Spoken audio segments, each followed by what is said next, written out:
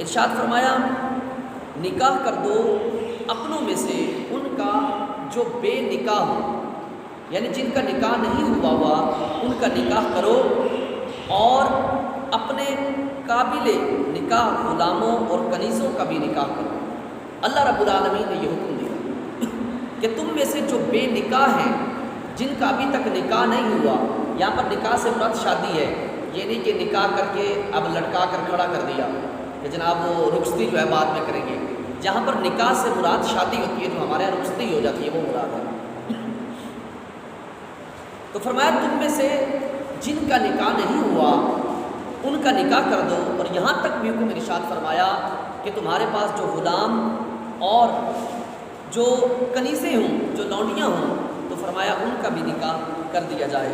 اور آگے اللہ رب العالمین نے جو بات ارشاد فرمائی بڑی قابل غور ہے کہ آج کل ہمارے معاشرے کے اندر جو ایک ناسور بن کر چیز ہمارے اندر پنجے گاڑ چکی ہے، یہ اس کا اللہ رب العالمین نے سد باب فرمایا ہے، اور اللہ رب العالمین نے اس کی کاٹ ہمیں بتائی ہے کہ مومن کا توکل کیا ہونا چاہیے، کہ مومن کی اللہ رب العالمین سے محبت کیسی ہونی چاہیے۔ اب دیکھیے گا اس بات کو، فرمایا تم میں جو بے نکاح ہو ان کا نکاح کر دو، اگرچہ وہ لونڈیاں ہیں، غلام ہیں، کوئی بھی ہیں، فرمایا ان کا بھی نکاح کرو۔ اللہ رب العالمین نے آگے جو بات ارشاد فرمائی نا، بڑی پیاری بات ہے۔ یقین کریں اس بات کو سارے اپنے سر کے کانوں سے نہیں بلکہ دل کے کانوں سے سنیں۔ اگر یہ بات ہمارے دل و دماغ کے اندر بیٹھ گئی تو خدا کی قسم ہمارے بیسیوں مسائل حل ہو سکتے ہیں، ہمارے معاشرے سے کئی برائیوں کا سد باب ہو سکتا ہے، کئی برائیاں ختم ہو سکتی ہیں۔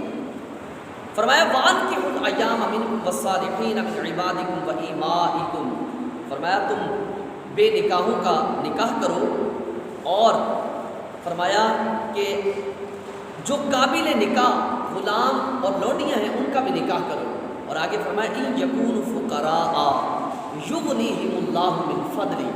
یہ بات ہے اصل، اللہ رب العالمین نے ارشاد فرمایا اگر وہ فقیر ہوں گے، اگر وہ محتاج ہوں گے، تنگ دست ہوں گے، فرمایا یغنیہم اللہ من فضلی، اس نکاح کی برکت سے اللہ رب العالمین ان کو غنی فرما دے گا، ان کو مالدار کر دے گا۔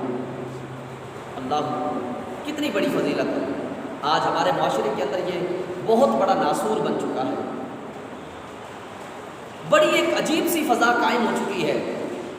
جناب پہلے کیا کرنا ہے جی، پہلے بیٹا نوکری لگے گا، پھر وہ کما کر لائے گا، پھر جی گھر بنے گا، پھر رشتہ دیکھیں گے، پھر 2 سال لڑکی والوں کو لٹکا کر رکھیں گے، اور پھر جا کر جناب وہ نکاح ہوگا۔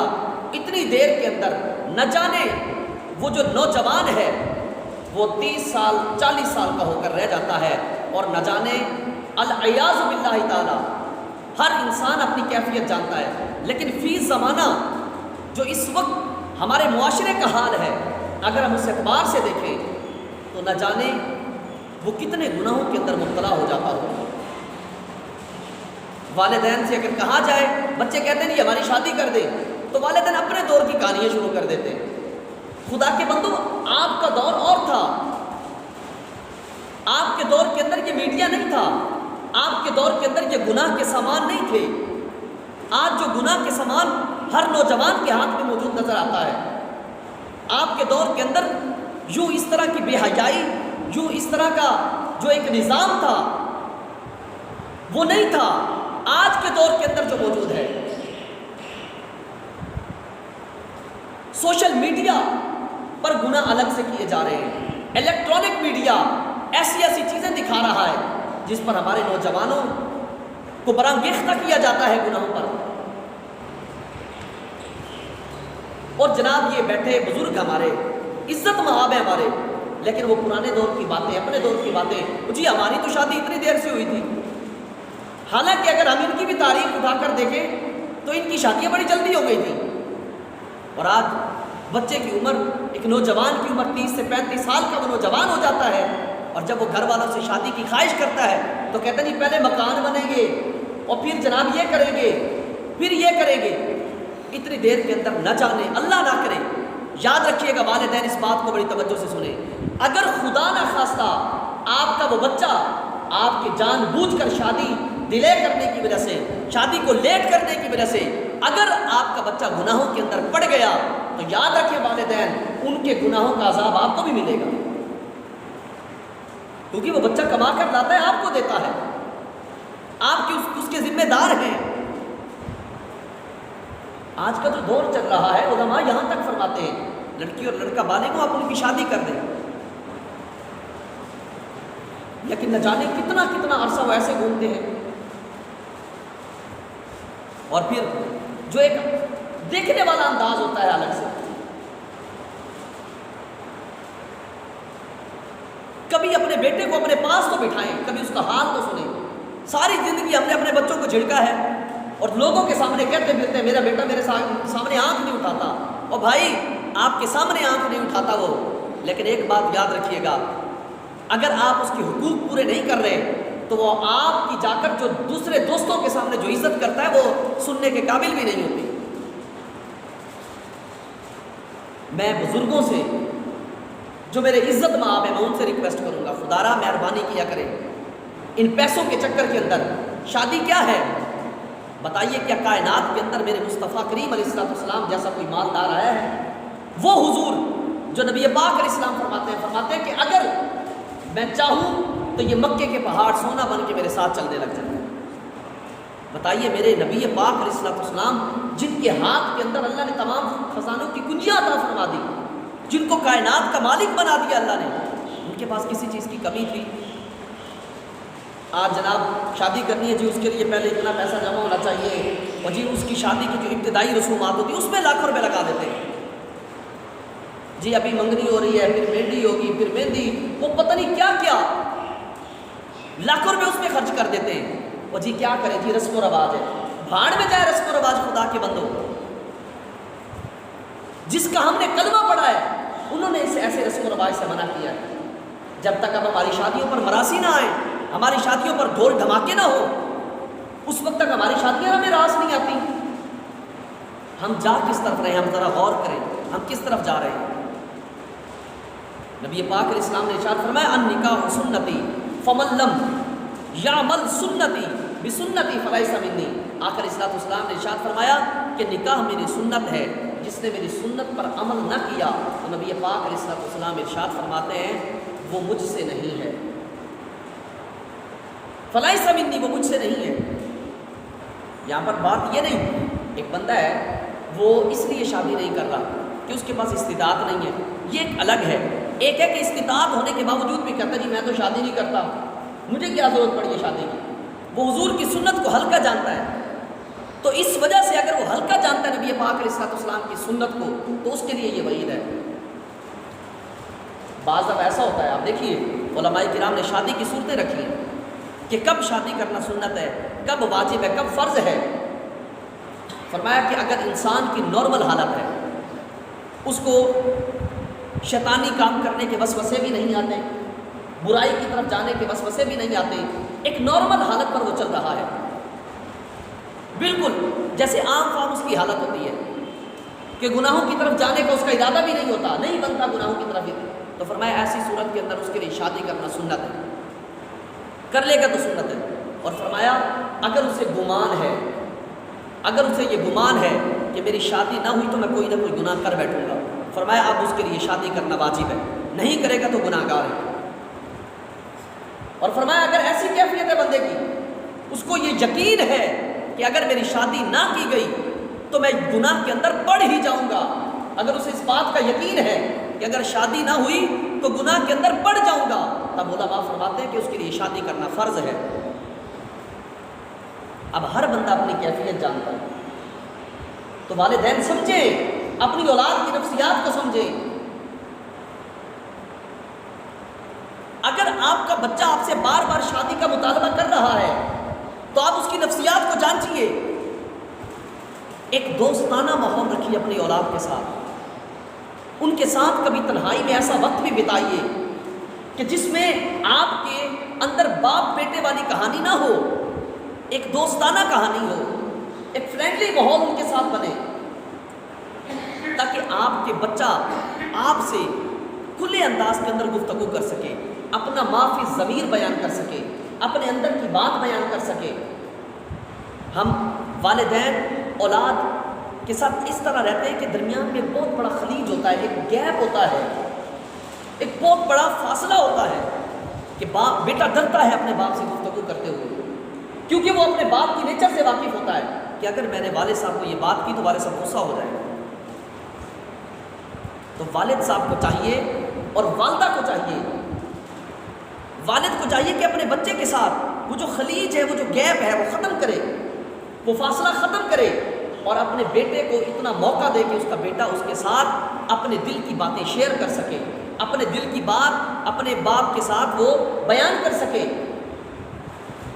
اسی طرح ماں کو چاہیے کہ اپنی بیٹی کو اتنا وہ حق دے، وہ جو فاصلہ ہے، وہ جو گیپ ہے، اس کو ختم کرے تاکہ بیٹی اپنے دل کی بات اپنی ماں سے کہہ سکے۔ آج خدا کی قسم شادیاں وقت پر نہ ہونے کی وجہ سے ہمارے معاشرے کے اندر برائیاں پھیل گئی ہیں، صرف اس چکر میں رہتے ہیں، بیٹی والے اس چکر میں رہتے ہیں، دہیج کے لیے 3 لاکھ ہو تو شادی کریں بیٹی کی، اور والدین اس چکر میں رہتے ہیں کوئی 5-6 لاکھ ہو تو بچے کی شادی کریں، 1 لاکھ تو رات کو جو مہندی والی رات ہم نے وہ جو بھنگڑا ڈالنا ہے، جو مراسی بلانے ہیں، کنجروں کو دینے ہیں، وہ بھی پیسے ہمارے پاس ہونے چاہیے کم از کم۔ خدا کے بندو، آپ کی حلال کی کمائی ہے، خون پسینے سے آپ نے کمائے ہیں پیسے، یہ مراسیوں پر لٹانے کے لیے آپ لوگوں نے پیسے کمائے تھے؟ بتائیں مجھے، حلال کی کمائی، اللہ کے بندو حلال کی کمائی۔ پتہ ہے کہ پیسہ آپ نے کیسے جوڑا ہے؟ آپ بہتر جانتے ہیں آپ نے کیسے جوڑا ہے کہ پائی دن رات محنت کر کر کے، کڑکتی سردیوں کی راتوں کے اندر کھیتوں کو پانی جا کر لگایا، 6 ماہ کے بعد فصل اٹھائی، کبھی بچے کبھی نہ بچے، کبھی نفع ہوا کبھی نہ ہوا، اتنی بڑی محنت کے بعد آپ نے جا کر چند لاکھ جمع کیے، اور وہ بھی آپ ان لوگوں پر لٹا دیں جن پر پیسے گرانا بھی گناہ۔ خدا نے، اللہ نے گھر کے اندر خوشی دی، خوشی کے موقع پر اللہ رب العالمین کی نافرمانی والے ہم کام شروع کر دیں اور پھر کہیں کہ گھر میں خوشحالی نہیں آتی۔ خدا کی قسم ہمارے معاشرے کا یہ بہت بڑا ناسور بن چکا ہے۔ جب وقت پر شادیاں نہیں ہوتی تو یاد رکھیے گا نوجوان گناہوں کی طرف پڑ جاتے ہیں، اور پھر جب وقت گزر جاتا ہے ان کا، جب 35 سے 40 سال کی عمر میں جا کر شادیاں کی جاتی ہیں تو پھر معاملات جو سامنے آتے ہیں وہ یہی ہوتے ہیں کہ بعض دفعہ ایسا ہوتا ہے کہ میاں بیوی کے درمیان طلاق واقع ہو جاتی ہے، ناچاکیاں بن جاتی ہیں۔ ہم ان باتوں کو سمجھیں، یہ ہمارے معاشرے کی، یہ ہماری اصلاحی باتیں ہیں، میرے اور آپ سب کے لیے اصلاح کی باتیں ہیں۔ یہ ہمارے معاشرے کا ناسور بن چکا ہے وقت پر شادی نہ ہونا۔ جی بچہ سیٹل ہوگا کہیں، جی بچہ کہیں پر کوئی کام کاج کرنے لگے گا، پھر ٹھیک ہے کام کاج ہونا چاہیے بچے کے پاس، ہم بھی کہتے ہیں کوئی جاب ہونی چاہیے، کوئی نوکری ہونی چاہیے، لیکن میرے بھائی اب اس کی نوکری جو لگے جا کر 10 سال بعد، اور اس کی عمر اس وقت ہو جائے 35 سے 40 سال، بتائیں آپ نے اس کی شادی کر کے اس پر کون سا احسان کر دیا؟ اس کی عمر تو گزر گئی شادی کی۔ آج کل ایوریج عمر کتنی آ رہی ہے؟ 50 سال 55 سال، یہ ایوریج عمر ہے، اور وہ بھی آپ اس کی 40 سال کی عمر کے اندر جا کر شادی کر رہے ہیں۔ پھر آگے جو شادی کے بعد معاملات ہوتے ہیں وہ یہاں بیان نہیں کر سکتا میں۔ 20 مسائل ہمارے پاس آتے ہیں، شادی ہوئی جی، شادی کے بعد طلاق ہوگی، پتہ ہی نہیں ہے کسی چیز کا، چھوٹی چھوٹی بات پر طلاق دے دی، اولاد نہیں ہو رہی جی، اس بات پہ طلاق دے دی۔ خدا کے بندو، کیا اولاد کیا انہیں کے لیے تھی؟ اللہ کے نبیوں کی بھی اولاد نہیں ہوئی یار؟ کیا اللہ کے نبیوں نے اپنی بیویوں کو طلاق دے دی تھی؟ تو یہ اللہ کی طرف سے ایک انعام ہے، یہ نعمت ہے، اللہ جس کو چاہے عطا فرما دے۔ اولاد دست قدرت میں ہے، وہ جس کو چاہے عطا فرما دے۔ چھوٹی چھوٹی باتوں پر بھی طلاق کے وہ معاملات کھل جاتے ہیں۔ یہی شادی اگر وقت پر ہو جائے اور اولاد تب نہ بھی ہو تو تب طلاق واقع نہیں ہوتی۔ آپ ان باتوں کو سمجھیے، ان پہ غور کیجیے۔ جو اس وقت والدین مجھے سن رہے ہیں، خدارا میں آپ سے کہوں گا ان باتوں کو سمجھیے گا۔ آج ہمارے ہاں رشتہ ڈھونڈتے ڈھونڈتے بڑا وقت لگ جاتا ہے۔ میرے نبی پاک علیہ الصلوۃ والسلام نے ارشاد فرمایا، آقا علیہ الصلوۃ والسلام نے ارشاد فرمایا کہ نکاح کس سے کرنا چاہیے؟ آقا علیہ السلام خود ارشاد فرماتے ہیں، آقا علیہ السلام نے ارشاد فرمایا جب تم نکاح کرو تو اس کے اندر تم 4 باتوں کا خیال رکھو، 4 باتوں کا۔ نمبر 1 مال، نمبر 2 حسب، نمبر 3 جمال، نمبر 3 دین، نمبر 4 دین۔ حضور نے فرمایا کہ جب شادی کسی سے کی جاتی ہے تو یہ 4 باتیں دیکھی جاتی ہیں، 4 باتیں۔ مال بھی دیکھا جاتا ہے، نمبر 2 اس کا حسن بھی دیکھا جاتا ہے، نمبر 3 اس کا خاندان بھی دیکھا جاتا ہے، نمبر 4 دین بھی دیکھا جاتا ہے۔ دین، یہ کس دین پر ہے، یہ کس مسلک سے تعلق رکھتا ہے۔ تو میرے آقا علیہ السلام نے صحابہ کو کیا حکم دیا؟ چاروں چیزیں بیان کر کے آقا علیہ السلام نے ارشاد فرمایا کہ تم دیندار کو ترجیح دینا۔ کیا فرمایا؟ تم دیندار کو ترجیح دینا۔ 4 باتیں گنوائی حضور علیہ السلام نے۔ پہلی بات کیا گنوائی؟ مال گنوایا۔ نمبر 2 نبی پاک علیہ السلام نے ارشاد فرمایا خاندان کی وجہ سے نکاح کیا جاتا ہے۔ نمبر 3 حسن و جمال کی وجہ سے نکاح کیا جاتا ہے۔ آقا علیہ السلام نے فرمایا نمبر 4 دین کی وجہ سے بھی نکاح کیا جاتا ہے۔ لیکن آقا علیہ السلام نے فرمایا تم اور کوئی چیز نہ دیکھنا، اگر کوئی چیز دیکھنی ہو تو اس کے اندر دینداری دیکھنا، آیا کہ یہ دیندار ہے کہ نہیں۔ باقی 3 کی حضور نے کوئی بات ہی نہیں کی۔ اور آج ہمارے یہاں کیا ہوتا ہے، میں بڑا حیران ہوتا ہوں کہ لوگ بڑے پریشان ہو جاتے ہیں کہ یار بچے کے پاس کچھ ہے نہیں، شادی کریں گے کیا ہوگا۔ میں نے آپ کے سامنے جو آیت تلاوت کی، آپ اس کو ذرا غور تو کریں اس آیت پر۔ بتائیے اللہ سے بڑھ کر مومن کے لیے کوئی بات ہو سکتی ہے؟ اللہ کے فرمان سے بھی کوئی اوپر کوئی بات ہے؟ مجھے بتائیے آپ۔ اللہ خود فرماتا ہے وَأَنكِحُوا الْأَيَامَ مِنكُمْ وَالصَّالِحِينَ مِنْ عِبَادِكُمْ وَإِمَائِكُمْ إِنْ يَكُونُوا فُقَرَاءَ يُغْنِيهِمُ اللَّهُ مِنْ فَضْلِهِ۔ اللہ رب العالمین ارشاد فرماتا ہے کہ تم میں جو بے نکاح ہیں، جن کی شادیاں نہیں ہوئی، ان کی شادیاں کر دو۔ اگر وہ فقیر ہوں گے، اگر وہ محتاج ہوں گے، اگر وہ تنگ دست ہوں گے تو فرمایا یغنیہم اللہ من فضلہ، اللہ اس نکاح اس شادی کی برکت سے انہیں مالدار فرما دے گا۔ یہ قرآن کہتا ہے۔ حضرت فاروق اعظم رضی اللہ تعالیٰ عنہ، حضرت ابوبکر صدیق، میں آپ کو قول بتاؤں ان کے آپ حیران ہو جائیں۔ حضرت عمر فاروق اعظم رضی اللہ تعالیٰ عنہ فرماتے ہیں مجھے اس شخص پر بڑا تعجب ہوتا ہے جو نکاح کے علاوہ میں جا کر مالداری تلاش کرتا ہے، کہ نکاح کے علاوہ چیزوں میں جا کر وہ مالداری تلاش کرتا ہے۔ آپ کے کہنے کا مطلب یہ ہے کہ اللہ نے مالداری، اللہ نے جو غنا ہے وہ نکاح کے اندر رکھا ہے۔ حضرت جابر بن عبداللہ رضی اللہ تعالیٰ عنہ فرماتے ہیں، یہ حدیث سنیے گا، آپ فرماتے ہیں جاء رجل الی النبی صلی اللہ علیہ وآلہ وسلم یشکو الیہ الفاقۃ فامرہ ان یتزوج۔ آقا علیہ السلام کی بارگاہ میں ایک شخص آیا، اس نے آ کر عرض کی، کہتا ہے یا رسول اللہ علیہ السلام میں بڑا محتاج ہوں، تنگ دست ہوں، گھر میں کھانے پینے کو کچھ نہیں ہے۔ اس نے فاقے کی شکایت کی حضور کی بارگاہ میں، یشکو الیہ الفاقہ، آقا علیہ السلام کی بارگاہ میں اس نے محتاجی کی، تنگ دستی کی، شکایت کی۔ تو نبی پاک علیہ السلام نے اسے کیا ارشاد فرمایا؟ آقا علیہ السلام نے فَأَمَرَهُ أَن يَتَزَوَّجَ، آقا علیہ السلام نے فرمایا جاؤ جا کر نکاح کرو، اللہ تمہاری تنگ دستی دور فرما دے گا۔ اور ہم پتہ نہیں کس طرف چل پڑے۔ یاد رکھیے گا ہماری شادیوں کے رواج نے ہمیں شادیوں سے روک کر رکھا ہوا ہے۔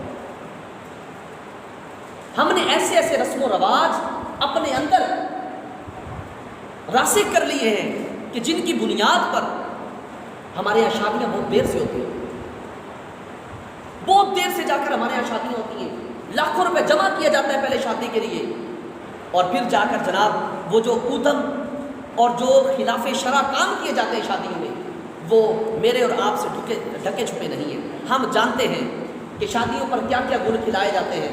مہندی والی رات ہمارے یہاں کون سی رسم کی جاتی ہے، اور بعض تو ایسی جگہوں پر خود بتایا گیا، لوگوں نے خود بتایا، میں گیا کئی جگہوں پر مجھے بتایا، کہتے نہیں ہمارے یہاں رواج یہ ہے کہ یہاں پر مہندی سے اپنا شادی سے 3 دن پہلے یہاں پر 3 قسم کے شو لگائے جاتے ہیں، کتے بھی لڑائے جاتے ہیں، اور جناب وہ کوئی ایک دوسرے کی بے عزتی کرنے کے لیے کوئی لوگ بلاتے ہیں، فنی پروگرام کیے جاتے ہیں یہاں پر، اور جناب ایک رات مراسی بلائے جاتے ہیں، مناچتے ہیں، ان پر لوگ پیسہ لوٹاتے ہیں، اور پھر اگلے دن جناب ان کی بارات ہوتی ہے۔ مجھے بتائیے اللہ گھر میں خوشی دے رہا ہے یار، اللہ نے گھر میں ایک خوشی کی نعمت دی ہے، جب اس کی نعمت پر ہم ناشکری والے کام کریں گے تو پھر گھر کے اندر دنگے فساد تو ہوں گے، گھر کے اندر لڑائیاں تو ہوں گی، نچاکیاں تو ہوں گی۔ تو خدا را مہربانی کیجیے، شادیوں کو سستا کیجیے۔ جو زمیندار ہیں، جو مالدار ہیں، میں ان سے ہاتھ جوڑ کر ریکویسٹ کروں گا کہ آپ اپنی شادیوں کے خرچے کم کیجئے۔ خدا کی قسم غریب اسی وجہ سے مارا جاتا ہے، اسی وجہ سے مارا جاتا ہے غریب، کیونکہ جب وہ دیکھتا ہے نا ایک مالدار کی شادی دیکھتا ہے، تو اب غریب بچی جب جا کر دیکھ کر آتی ہے کہ ہمارے محلے کے فلاں جناب جو امیر زادے تھے انہوں نے اپنی بچی کو اتنا دہیج دیا ہے، اتنا کچھ دیا ہے، تو اس یتیم بچی کے جو دل پر چھوچے لگتے ہیں، اس کے دل پر جو نشتر لگتے ہیں، بتائیے ہم نے تو جناب اپنی بیٹی کے دہیج کی نمائش کر دی، ہم نے تو اپنی بیٹی کا دہیج جناب علاقے میں اعلان کر کے لوگوں کو دکھا دیا، لیکن ہمیں نہیں پتا کہ اس بوڑھے باپ کی بیٹی بھی ہماری دہلیز پر ہماری بچی کا دہیج دیکھنے کے لیے آئی ہے، جو سارا دن بوریاں اپنی پیٹھ پر اٹھاتا ہے، جس کی وجہ سے اس کی پیٹھ جھک چکی ہے، 500 دہاڑی لے کر آتا ہے، اس کے گھر کا چولہا بڑی مشکل سے جلتا ہے، بتائیے اس کے دل پر جو نشتر لگے اس کا مداوع کون کرے گا؟ میں نے تو اپنی بیٹی کی نمائش کر دی نا، میں نے تو دہیج کا سامان بچھا کے رکھ دیا، آئیں جی دیکھیں، میں اپنی بیٹی کو لاکھوں روپے کا سامان دے رہا ہوں۔ آج ہمارے معاشرے کا یہ بھی بہت بڑا ناصور ہے، خدا را مہربانی کیجیے گا، آپ کو اللہ نے دیا، آپ اپنی بیٹی کو دیتے ہیں، کوئی حرج نہیں ہے، آپ دیں، کوئی حرج نہیں ہے، لیکن کم از کم اس بات کا تو خیال رکھیں، اس بات کا تو خیال رکھیں کہ یہ جو بلا کر نمائش کر کے دکھائی جاتی ہے، اگر اس میں کسی بچی کا دل دکھ گیا تو یاد رکھیے گا اس کا حساب مجھے اور آپ کو دینا پڑے گا۔ ان چیزوں کا ہم خیال رکھیں۔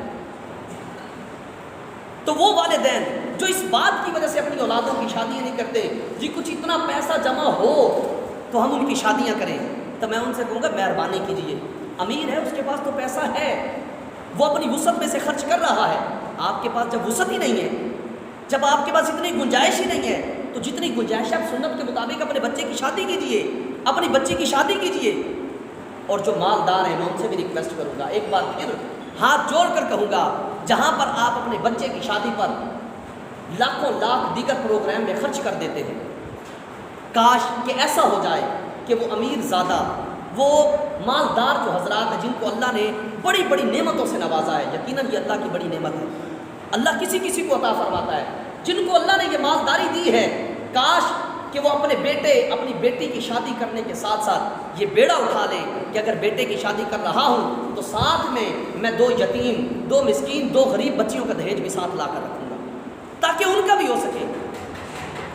حقیقت بات یہی ہے، آج چھوٹی چھوٹی باتوں پر ہمارے ہاں جو ہے نکاح نہیں ہو رہے، مجھے بات میں آپ کو بتا نہیں سکتا، میں کیا بتاؤں، نوجوان آ کر کہتے ہیں جی قاری صاحب ہماری عمریں 35 سال ہو گئی، ماں باپ پتہ نہیں کیوں نہیں شادیاں کر رہے، 40 سال کی عمر کے ہو گئے، پتہ نہیں کیوں نہیں شادیاں کی جا رہی۔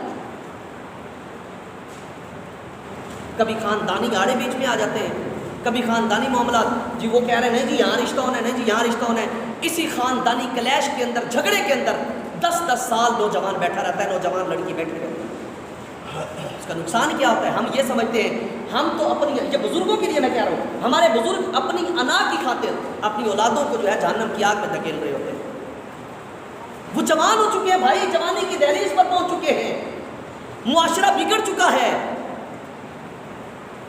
نہ جانے وہ کس گناہ میں پڑ جائیں اور ہمیں اس چیز کی خبر تک نہ رہے۔